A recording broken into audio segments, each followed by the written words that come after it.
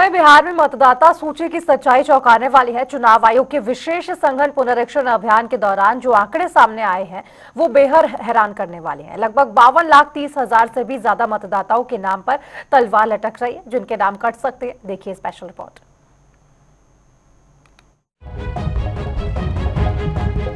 बिहार विधानसभा चुनाव से पहले मतदाता पुनरीक्षण पर सियासत थमने का नाम नहीं ले रही है। वोटर वेरिफिकेशन का काम अंतिम चरण में है, लेकिन सियासत चरम पर। और इस बीच घर घर जाकर मतदाताओं की जांच के बाद निर्वाचन आयोग ने चौंकाने वाला आंकड़ा जारी किया। ताजा आंकड़ों में चुनाव आयोग ने बताया 18,66,869 वोटर्स मृत पाए गए हैं। 26,01,031 दूसरे निर्वाचन क्षेत्रों में जा चुके हैं।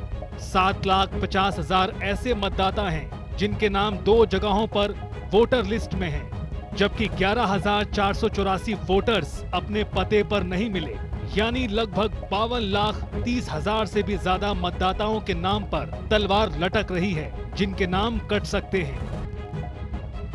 मंगलवार को चुनाव आयोग ने आधिकारिक आंकड़े जारी किए और बताया कि अब तक 7,16,04,102 गणना फॉर्म आयोग के पास जमा हो चुके हैं। लगभग 97.30% मतदाताओं का रिकॉर्ड दर्ज किया गया है।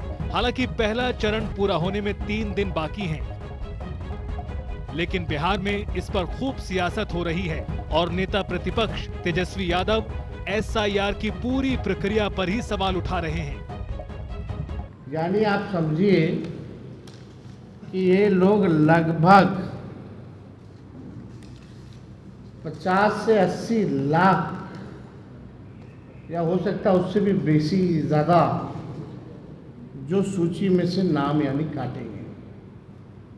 और हमने 1% का जिक्र किया था। अगर 1% अगर कटता है यानी हर बूथ से 10 वोट भी, तो एक विधानसभा में 3200 वोट कटे।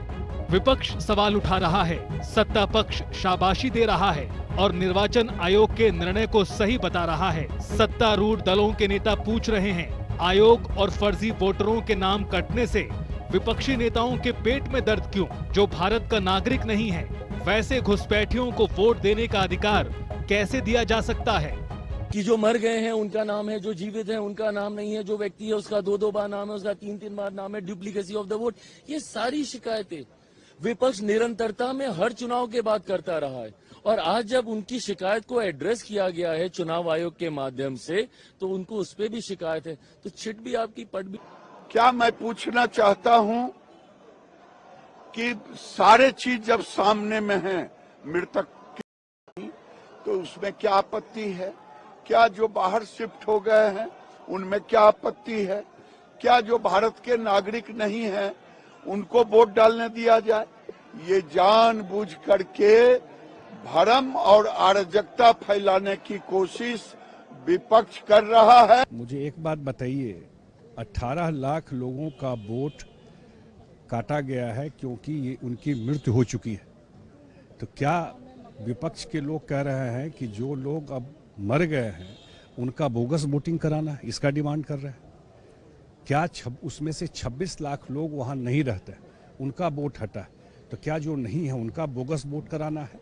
और 7.5 लाख लोग जो 2 जगह वोटर है उनका नाम हटा है। तो इलेक्शन कमीशन तो बढ़िया काम किया है कि जो सही वोटर है वो रहे और जो बोगस वोटर है, जो जिसका डेथ हो गया है और आज भी लिस्ट में उसका बोगस पोलिंग होता है, ऐसे वोटर का नाम डिलीट कर देना चाहिए। और इलेक्शन कमीशन ने कहा भी है कि भाई जो नाम उन्होंने काटा है, जिनका डेथ हो गया, आपके पास कोई प्रूफ है कि नहीं वो है, तो कागज ला के दीजिए। निर्वाचन आयोग की ओर से विस्तृत जानकारी साझा करने के बाद लगभग ये साफ है कि बिहार में मतदाता सूची का विशेष गहन पुनरीक्षण कराने का फैसला अब तक सही साबित हो रहा है। जिनके नाम कटे हैं उन्हें ड्राफ्ट वोटर लिस्ट तैयार करने के बाद आपत्ति दर्ज कराने का भी मौका दिया जाएगा। देखना होगा कि फाइनल वोटर लिस्ट में कितने योग्य मतदाता बचते हैं और कितने अयोग्य वोटरों का नाम काटा जाता है। ब्यूरो रिपोर्ट, जनता टीवी।